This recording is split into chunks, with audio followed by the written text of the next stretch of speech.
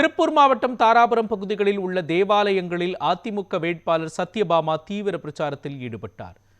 திருப்பூர் மாவட்டம் தாராபுரம் அதிமுக வேட்பாளர் சத்யபாமா மாநில அம்மா பேரவை இணை செயலாளரும் தொகுதி பொறுப்பாளருமான முத்து வெங்கடேஸ்வரன் தலைமையில் பிரச்சாரத்தில் ஈடுபட்டார்.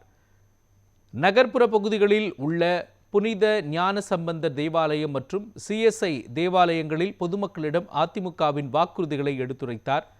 அப்போது சிறுபான்மையினர் மக்களுக்கு உதவக்கூடியது அதிமுக என்று கூறினார். இந்நிகழ்வின் பொழுது தாராபுரம் நகர செயலாளர் ராஜேந்திரன், மாவட்ட அவைத்தலைவர் காமராஜ், நகர பொறுப்பாளர் நாகராஜ், கூட்டணி கட்சி நிர்வாகிகள் திரளானோர் தீவிர வாக்கு சேகரிப்பில் ஈடுபட்டனர்.